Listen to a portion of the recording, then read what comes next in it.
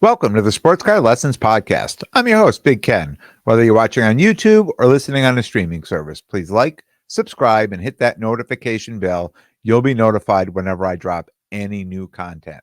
Welcome. Thanks for being here. I want to start off thanking Nick from Gold Seal Cards. Was on Thursday's episode. Great episode. Gave us a little peek behind the curtain of a repacker and what they do there, what their business is. Gold Seal Cards. It was a long episode. It was actually my longest episode.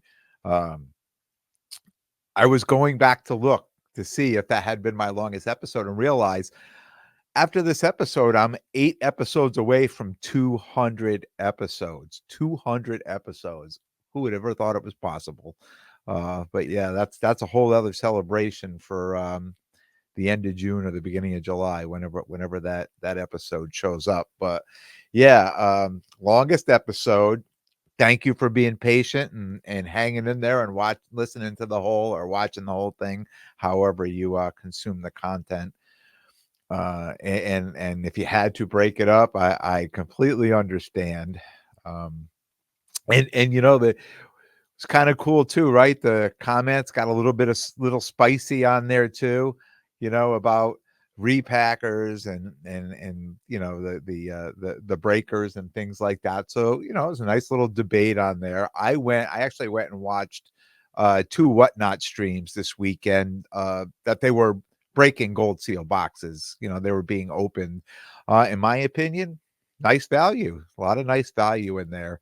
And there's a lot to be said either way. I'm not going to get into the argument either way, but I appreciate Nick coming on and talking about it, and look forward to collaborating with him again down the line.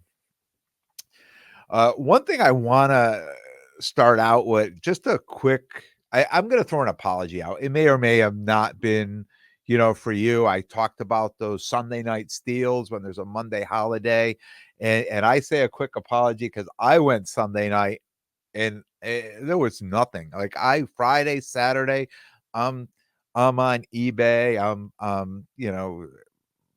Putting things on my watch list that I'm saying, okay, it's ending at the right time Sunday night. PWCC putting things in there. By Sunday night, there was nothing worth sniping. Everything was already priced, over comps, way over comps before it even ended. And PWCC is the worst. I mean, they were absolutely the worst. There were a couple of cars that I was really excited about on there. And I got there at like 6:00, 7:00 on Sunday night. And these prices were like $200-300 over the current comp. And I had a couple that were favorited for tonight. And I just went and looked, and one of the cards is a Lamar Jackson Optic Downtown. I think it was a 2021 PSA 10. The last comp on that card 2 days ago was $565.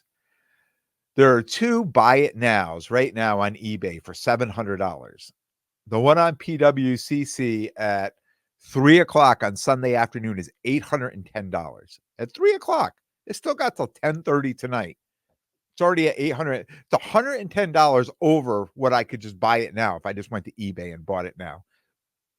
I don't understand. I don't understand how anything sells or these things are selling on there now. It was never like that. I used to buy a lot of stuff from PWCC, and it's been so long since I've been able to get anything on there at a reasonable price. So that's kind of why I stopped shopping on there. I keep looking, but I'm not shopping anymore. And I say that my lane on there is mostly ultra modern, right? That's what I'm looking for. Other things maybe it's just the ultra modern stuff that is, way up over comps on that. I don't look at anything else. I know a lot of people do a lot of vintage stuff on there, and they say, hey, this is definitely good. But the stuff I'm looking at, the ultra modern stuff, no. Even the women's soccer, like Sophia Smith, Trinity Rodman, things like that. I'm going there. Look, those things are selling over comps too. So not sure what it is with that stuff.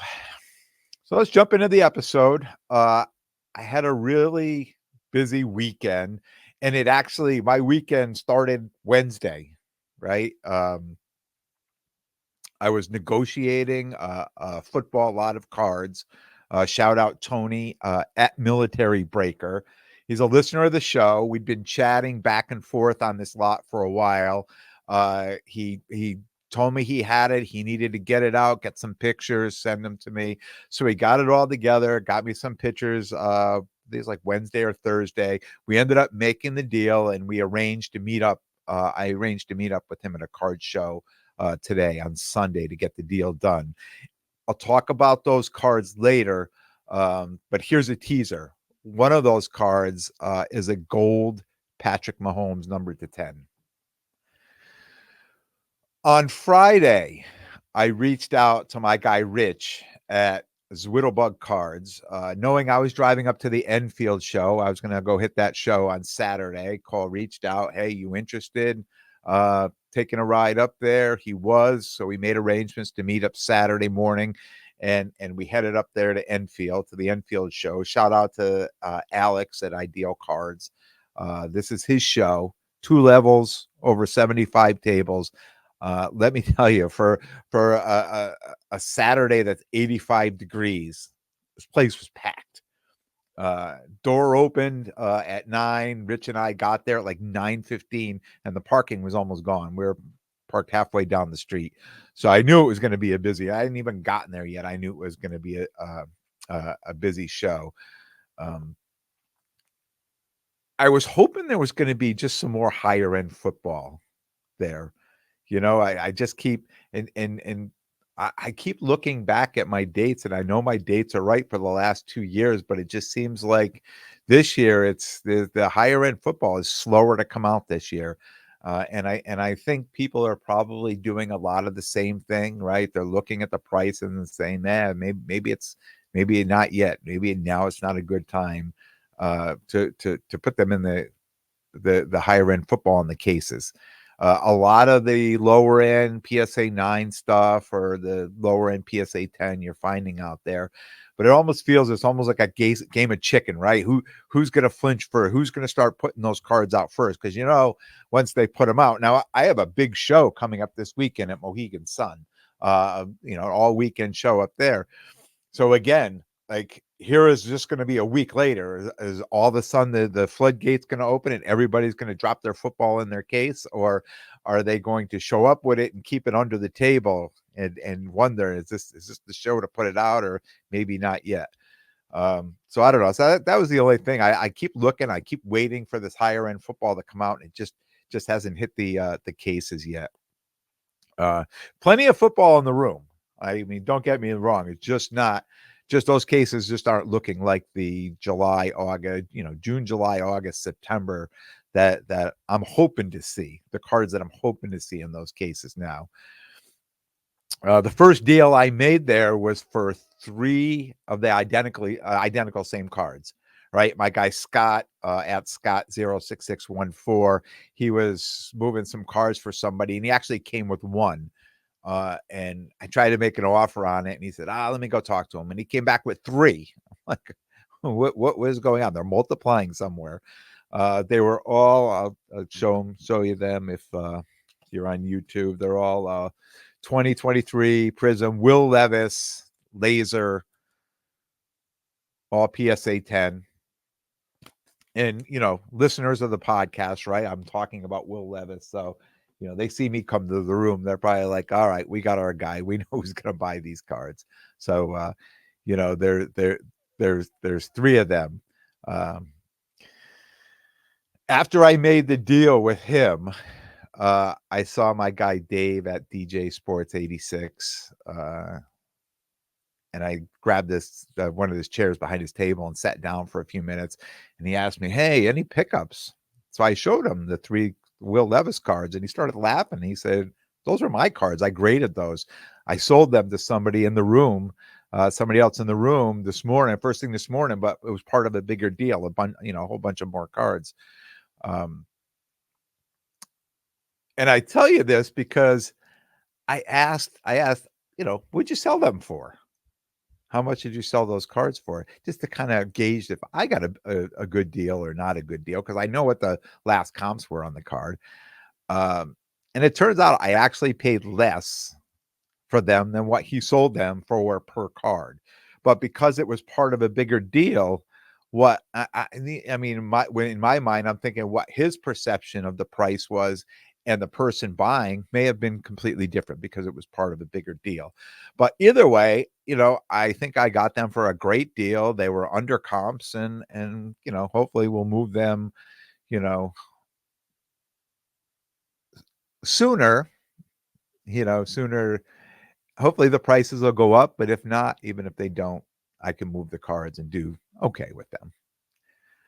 I saw my guy Tom at Hudson Fan 15. I had some UFC cards that I dug out. I told him, I have these cards, and I know he's a UFC guy. I dug them out. I was hoping he would be interested, that we could make a deal.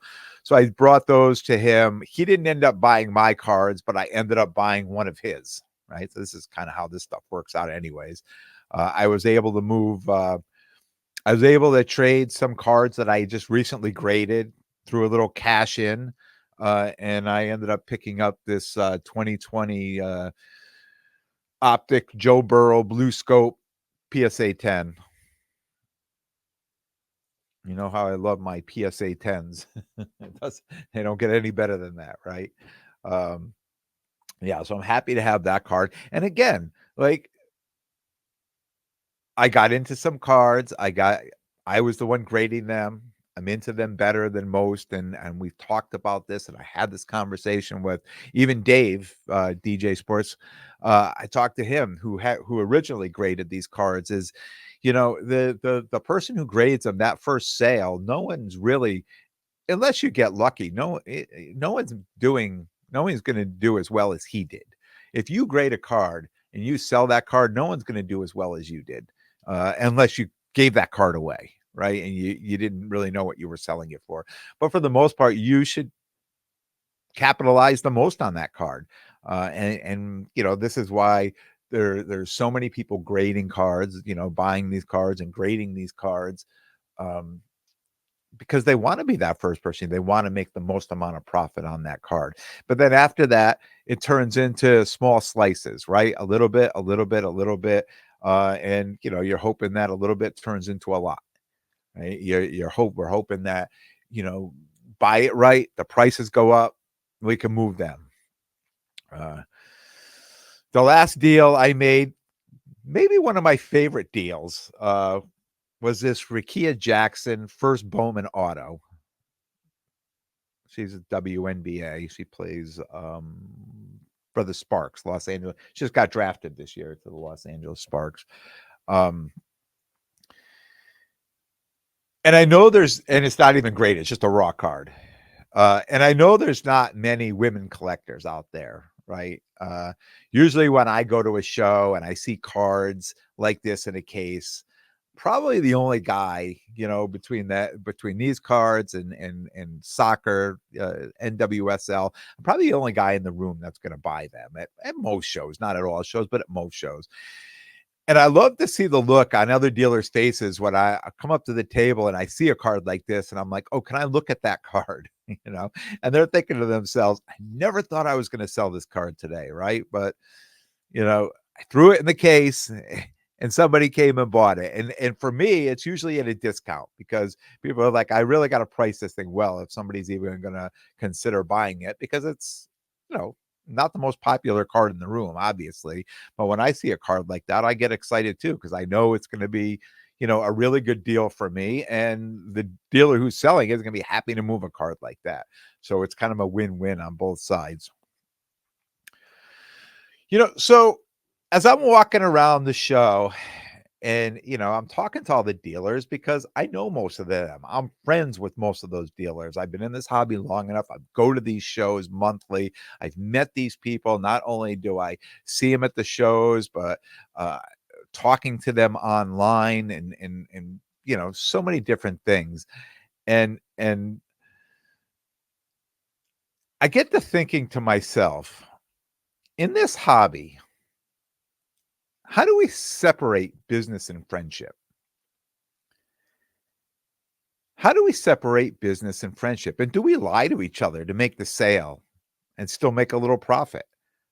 Right? I mean, how truthful are we all in a room when we're all friends or people know each other?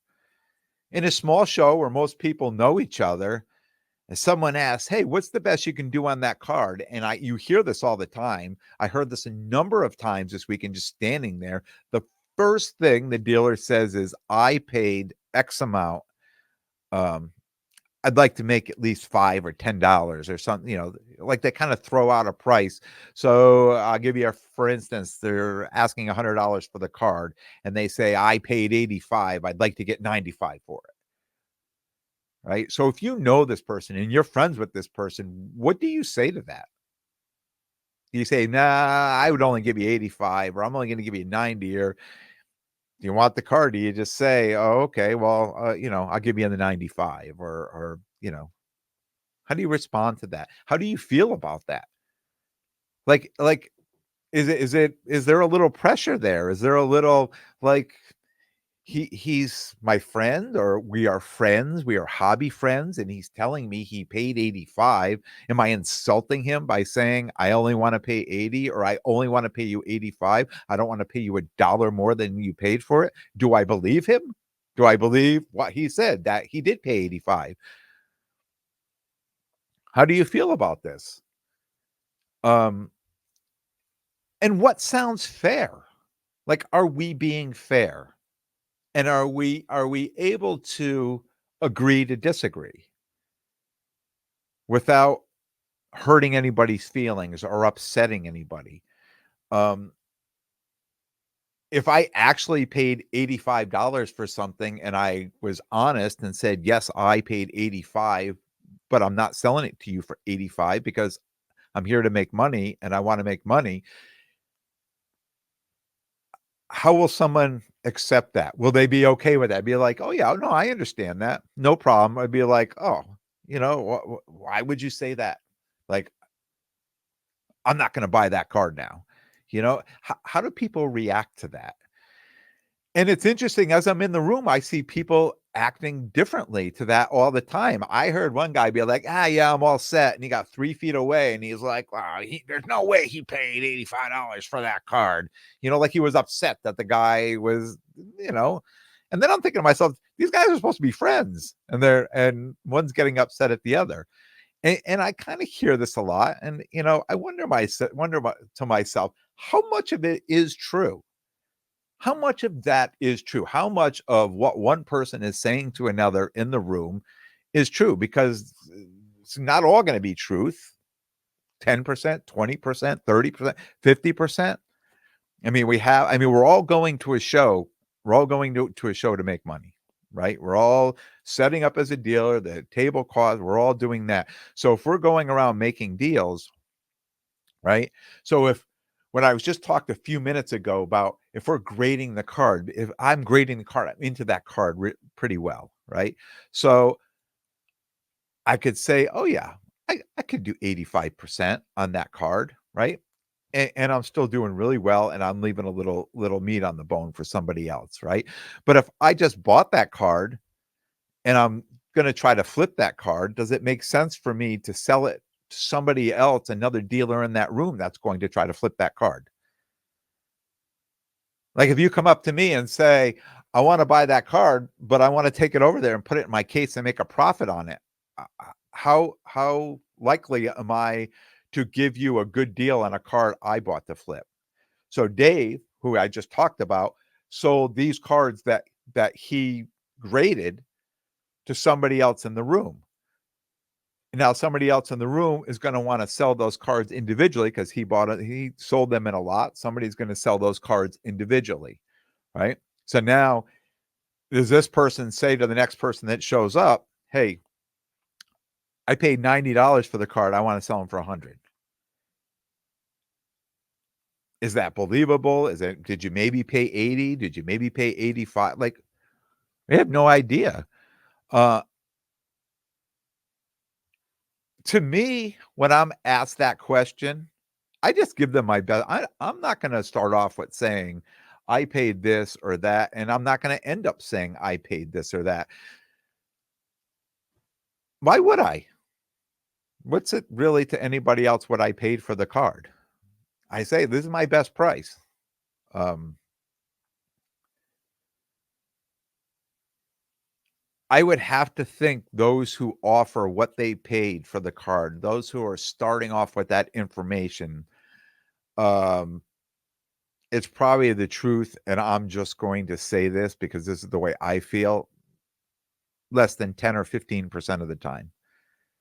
I think it's almost a programmed response that we really know what we paid for the card and we really know what we want for the card, and especially if we're selling it to somebody in the room that we know is going to probably wanna try to sell that same card and make that little bit of profit, right?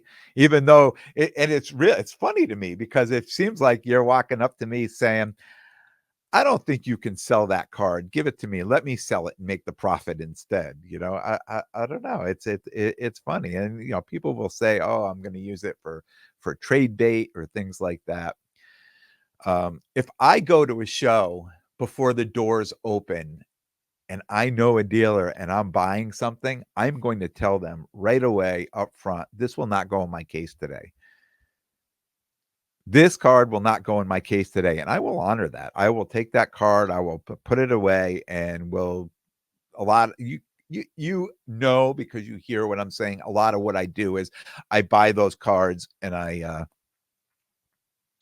put them away, right? I hold them for 4 or 5, 6 months, and then I sell them all at once. So most of the time, what I'm buying sometimes I go to a show and I talk about this, if there's dealers that I don't know, and I say, "Hey, can I buy these 3 or 4 or whatever cards?" And they may be cards that I think I could sell, but I I may get that deal 5% of the time. I mean, I'm making an offer and other dealers are like, "No, I don't think I can do." Okay, I understand, and I move on, but if I do make a deal, good for me, and if I can sell those cards, even better, and I think that's what most people do, but I'm okay if you say no, like, I'm okay. You don't have to tell me what you paid for them. Just say, "No, I mean, this is my price, and it's the best I can do," and I think that's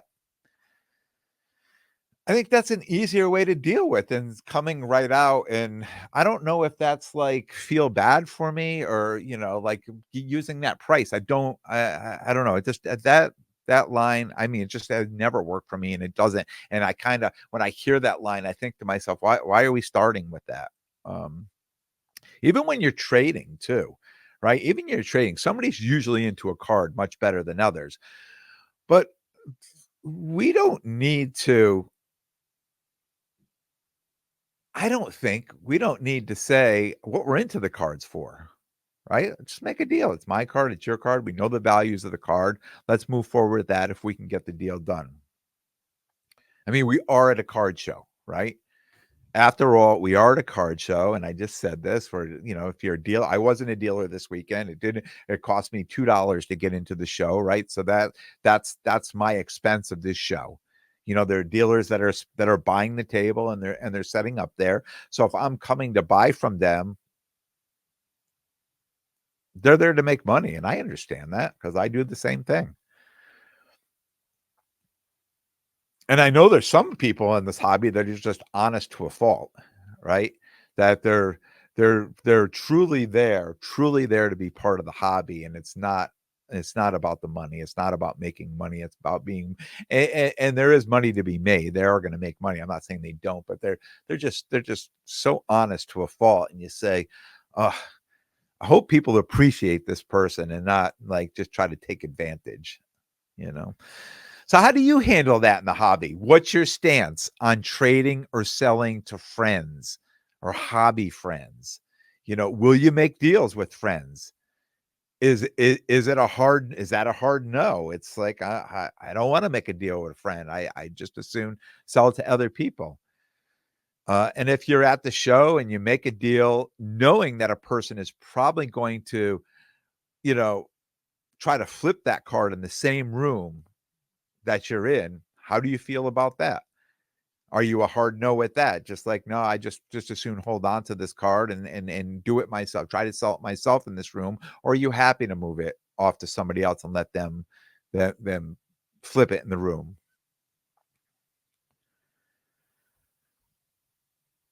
When I was set up at the Fenway show, another dealer, somebody I've been friends with for a long time in the hobby, who I've never done a deal with, walk up to my table, picked out 3 cards, looked up comps, added them up, 85% made the offer, and it said exactly, like, "These are the last 3 comps, add them up, this is 85%, will you take that?" Right? I knew those cards were going into his case at the same show. I made the deal. He thanked me for the deal. It was a good deal for me. Why? Because I just graded those cards. So to me, that worked. That worked. If those were cards that I graded to flip, I wouldn't have made that deal. I just would have politely said, "Yeah, no, I can't do that. This is where I need to be on that."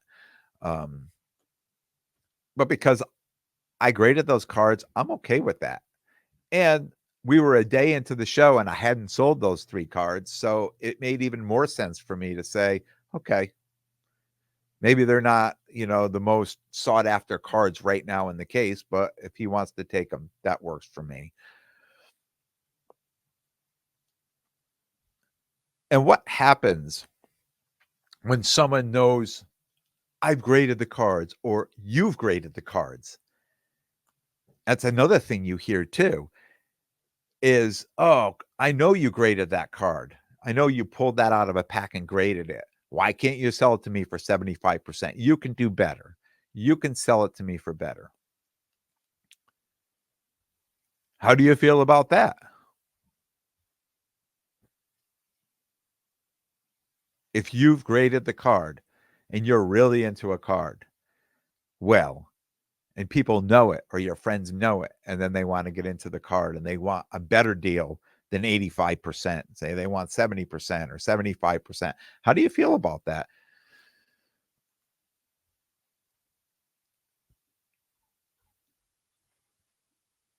Tell me what you think.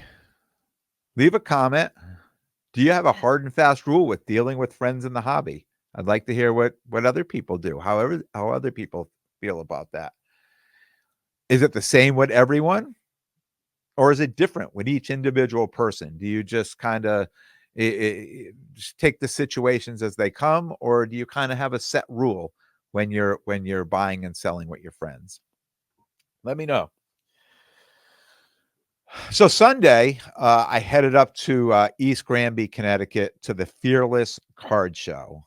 I've never been there before. It's actually a card store with a show inside their store happening. I think it's one Sunday a month. They have this show.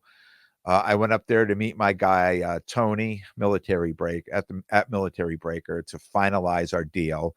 So we'd been messaging for a long time, and this was the first time we actually met in person. So it was fun to meet him. And of course, he told me, it's almost like the blind date syndrome, right? You're going to meet somebody, you got this whole deal, and you're going to meet somebody at the show, and then you're like, wait a minute, I don't even know what this guy looks like. I've never seen him before.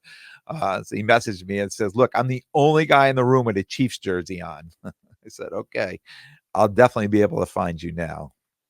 Uh, so before I get into his pickups, I did make one deal there of a card that it's kind of cool card that I was happy to pick up. It's a 2023 Prism Justin Tucker black and white checker PSA 10. I will hold that card up. Um, cool card, super short print, right? And it should be an easy sale at the Chantilly show in a few weeks, right? Down in Virginia, right down in the Ravens territory down there. And an expression I've been hearing more and more lately is kickers sell. So I think maybe they're putting they're putting more kickers on cards and people are buying these cards. So I'll keep you updated on that, how quickly it sells and how quickly kickers sell. But I just thought it was a cool card and I was happy to pick it up. So I won't go through all the cards I got from Tony, but I'll give you the three highlights. This is clearly 2021, clearly Don Russ, Kyler Murray, My House, Gold Hollow, 10 of 10, PSA 9. So I'd been thinking, and a few people have been messaging me like how you feel about Kyler Murray, with Marvin Harrison Jr. and things like that. I don't know. I just as soon have a couple of his cards in case, you know, there's all of a sudden some big hype comes through before the season starts. Maybe Kyler's prices will pop up a little bit. Who knows? But happy to have that card. The next card is 2020 Select Patrick Mahomes die cut zebra prism PSA 9. Hold that up. Happy to have that card. And the last one that I teased earlier is also a 2020 Select Patrick Mahomes gold disco prism, also number 10 of 10 PSA 9. Super happy to get this card. And super happy to get a great deal from Tony on the whole thing. I mean, there was a bunch of cards in this, but these were the highlight ones. So thank you, Tony. Shout out to you. That was my busy week and weekend. Done here. I'm going to get out, enjoy what's left of this 85-degree Sunday afternoon.